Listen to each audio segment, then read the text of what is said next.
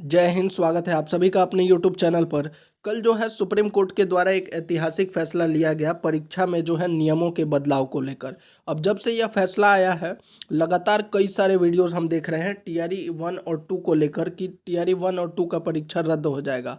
अब मैं आपको एक चीज़ क्लियर कर दूं, ना मैं टीआरई 1 का अभ्यर्थी हूं, ना मैं टीआरई 2 का अभ्यर्थी हूं, ना ही मैं कोई शिक्षक अभ्यर्थी हूं। यह वीडियो मैं सिर्फ इसलिए बना रहा हूं क्योंकि बहुत से अभ्यर्थियों का लगातार मैसेज प्राप्त हुआ टेलीग्राम पर, व्हाट्सएप पे कि सर इसके बारे में क्या है, क्या टीआरई 1 और 2 में जो है दिक्कत आ सकती है। बहुत से अभ्यर्थी जो है परेशान भी हैं। तो देखिए इस वीडियो में मैं आपको गारंटी के साथ कह रहा हूँ टीआरई 1 और 2 की परीक्षा बिल्कुल भी रद्द नहीं होगी। ये जितने भी लोग व्यूज़ के लिए वीडियो बना रहे हैं ना, उनको ये चीज़ समझना चाहिए कि आप जो वीडियो बना रहे हैं उससे दूसरे पर क्या प्रभाव पड़ रहा है। अगर टीआरई 1 और 2 में कुछ गलतियां हुई हैं तो उनके ऊपर कार्रवाई की जा रही है, लेकिन इसका मतलब यह तो नहीं है कि जितने भी अभ्यर्थी हैं, जितने भी शिक्षक बने हैं वो सारे ही गलत हैं। अब जो है लगातार वीडियो आ रहा है व्यूज़ के लिए कि 1 और 2, और कुछ लोगों को तो मैं देखता हूँ रोजाना ही वो ट्वीट करते रहते हैं या वीडियो बनाते हैं कि अब रद्द हो जाएगा, अब रद्द हो जाएगा। भाई रद्द नहीं होने वाला है। इसके लिए मैं आपको कारण भी दिखा दूंगा टीआरई 3 पर क्या असर पड़ सकता है। फैसले का जो पूरा कॉपी है 44 पेज का है और अफवाहों से दूर रहें। इस वीडियो में इन सभी चीज़ों पर जो है बात करने वाले हैं। तो चलिए वीडियो को शुरू करते हैं। दरअसल यह केस जो है Tej Prakash Pathak and others versus Rajasthan high court and ORS respondent, ये जो है आपका जो है ये केस है।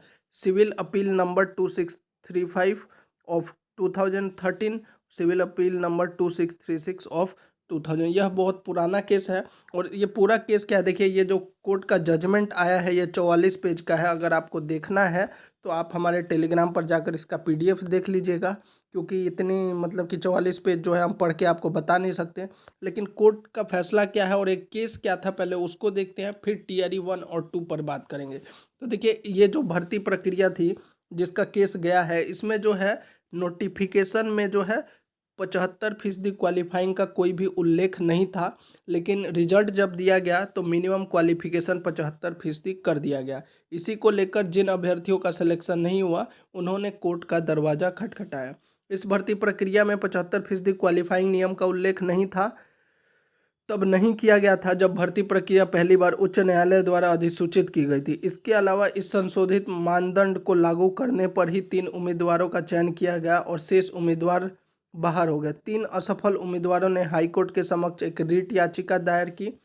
इस परिणाम को चुनौती दी गई जिसे मार्च 2010 में खारिज कर दिया। अब देखिए कितना पुराना केस है, 2010 में खारिज कर दिया गया, अभी चल रहा है 2024। हाईकोर्ट में याचिका खारिज होने के बाद जो है अभ्यर्थियों ने सुप्रीम कोर्ट में याचिका दायर की। याचिकाकर्ताओं ने तय किया कि न्यूनतम 75% प्रतिशत अंक मानदंड लागू करने का हाईकोर्ट के मुख्य न्यायाधीश का निर्णय खेल खेले जाने के बाद खेल के नियमों का बदलने जैसा है, जो अस्वीकार था। सुप्रीम कोर्ट की सीजेआई के नेतृत्व वाली संविधान पीठ इस पर अपना फैसला सुनाया। फैसले में देखिए मामले में जो है नौकरी से जुड़ी लिखित परीक्षा और इंटरव्यू होने के बाद 75% क्वालिफाइंग नंबर पर ही नियुक्ति का नियम बना दिया गया था। हालांकि सुप्रीम कोर्ट ने कहा कि अगर नियमों में पहले से इस बात की व्यवस्था हो कि नौकरी की पात्रता में बदलाव हो सकता है तो ऐसा किया जा सकता है, लेकिन ऐसे समानता के अधिकार का उल्लंघन करते हुए मनमाने तरीके से नहीं किया जा सकता है। सार्वजनिक सेवा में भर्ती के मुद्दे पर सुप्रीम कोर्ट का अपना फैसला दिया और राज्य सरकारें कई मौके पर प्रक्रिया शुरू होने के बाद नियम बदल देती थी, लेकिन अब ऐसा नहीं होगा। यही चीज़ मैं आपको समझाना चाहता था। अब ऐसा नहीं होगा, मतलब कि ये भविष्य के जितने भी परीक्षाएं हैं उनके लिए है। अब जो लोग लगातार चीख चीख कर वीडियो बना रहे हैं उनके लिए आगे भी कुछ प्रमाण दिखाऊंगा कि क्यों जो है पुराने एग्ज़ाम नहीं होंगे रद्द। अब देखिए आगे मैं आपको कुछ और फैसले भी दिखाऊंगा। और क्या है टीआरई 1 और 2 का मामला। टीआरई में जो है नोटिफिकेशन आया टीआरई 1 में, और नोटिफिकेशन आने के बाद जो है डोमिसाइल हटा दिया गया। मैं ये नहीं कहता कि ये सही था, डोमिसाइल हटाना बिल्कुल गलत था, क्योंकि आपका नोटिफिकेशन आ गया फिर आप कैसे हटा सकते हैं। ये बिल्कुल बिहार के अभ्यर्थियों के साथ अन्याय था। लेकिन अब ये कहना कि नियुक्ति हो गई उसके बाद उनको 1 साल से जॉब पर है फिर उनको हटाना। भाई अब जितने भी अभ्यर्थी हैं उनमें से मान लीजिए अगर 10,000 अभ्यर्थी भी जो है मतलब होनेस्टी के साथ जॉब प्राप्त किए हैं, अब आप कहिएगा कि रद्द हो जाए, तो ये बिल्कुल भी नहीं होने वाला है। वहीं टीआरई 2 में भी जो ये किया गया कि भाषा अर्हता को लेकर नियमों में बदलाव किया गया, इसको भी मैं सही नहीं मानता हूँ। और इन्हीं दो चीज़ों की वजह से जो है लगातार लोग कह रहे हैं कि रद्द हो जाएगा, रद्द हो जाएगा। अब देखिए रद्द नहीं होगा, मैं क्यों कह रहा हूँ। सुप्रीम कोर्ट टीआरई 1 में सुप्रीम कोर्ट के निर्णय के बाद अब आप टीआरई 1 की ही बात कीजिए। टीआरई 1 में बीएड प्राइमरी में जो है बीएड और डीएलएड दोनों ने अप्लाई किया था। लगभग सुप्रीम कोर्ट का जो 11 अगस्त 2023 का निर्णय है उसके बाद बीएड अभ्यर्थियों को परीक्षा देने के बाद भी रिजल्ट से आउट कर दिया गया। क्या तब नियमों में बदलाव नहीं हुआ? नोटिफिकेशन में तो बीएड वालों को अलाउ किया गया और परीक्षा में भी बिठाया गया, लेकिन एक आदेश आया उसके बाद आउट कर दिया गया था। तो यहाँ भी तो नियमों में बदलाव हुआ, तो क्या टीआरई 1 को इसके आधार पर रद्द किया जा सकता है? नहीं, क्योंकि सुप्रीम कोर्ट का निर्णय था। और सुप्रीम कोर्ट का निर्णय क्या था वह भी मैं आगे दिखाऊंगा आपको। बीएड पर सुप्रीम कोर्ट का क्या निर्णय था, आइए देखते हैं। बीएड पास प्राइमरी टीचर की नौकरी को लेकर सुप्रीम कोर्ट ने सुनाया फैसला, साथ ही रखी गई थी शर्त। अब देखिए जो फैसला सुनाया था 11 अगस्त 2023 को, वो क्या था बीएड वालों के लिए कि जो अभी प्रक्रिया अधीन है, कि मतलब जो अभी प्रक्रिया अधीन है, जैसे कि टीआरई 1 का उस समय जो है रिजल्ट जारी नहीं किया गया था, उसमें कहा गया था कि बीएड को आउट करने के लिए। ऐसा नहीं कि जो पुराने हैं उनको भी आउट कर दीजिए। पूरा जो निर्णय था उसमें कहा गया था, सुप्रीम कोर्ट ने 11 अगस्त 2023 के फैसले को स्पष्ट करते हुए कहा कि फैसले से पहले हुई भर्ती पर इसका असर नहीं होगा। मैं बार बार यही चीज़ कह रहा हूँ, जो पहले हो चुका है उस पर असर नहीं होगा। जो वर्तमान में प्रक्रिया जैसे कि टीआरई 3 है, अब इसमें कुछ बदलाव नहीं किया जा सकता है क्योंकि ये अभी प्रक्रियाधीन है, इसको कंप्लीट नहीं किया गया है। बीएड डिग्री धारक प्राथमिक शिक्षकों की नियुक्ति फैसला आने से पहले हो चुकी थी और उनकी भर्ती के विज्ञापन में बीएड को भी योग्यता में शामिल माना गया था। उन लोगों की नौकरी बनी रहेगी। ये 2022 के शिक्षकों को लेकर कहा जा रहा था कि जो 2022 के नियोजित शिक्षक थे उनको बीएड जो पीआरटी में थे उनको हटाया जाएगा, ऐसा कहा जा रहा था।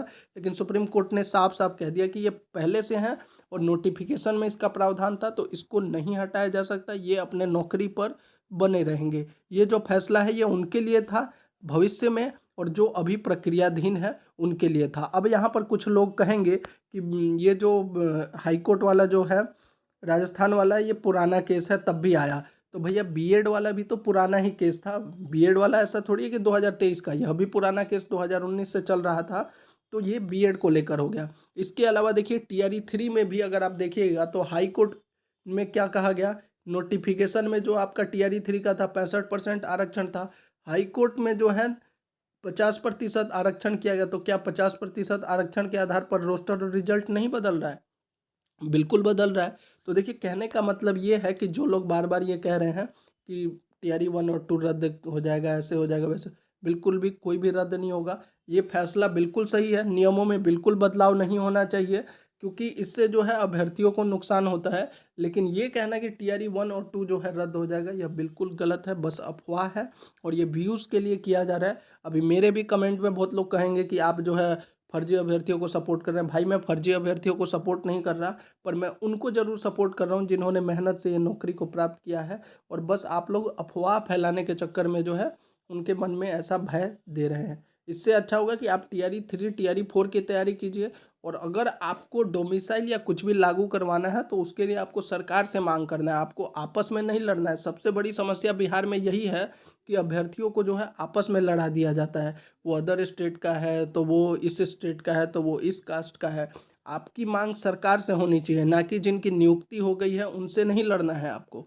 तो ये थी पूरी खबर। अगर आपको अच्छी लगी हो तो चैनल को जरूर सब्सक्राइब कर दीजिए, वीडियो को लाइक और शेयर कर दीजिए। जय हिंद।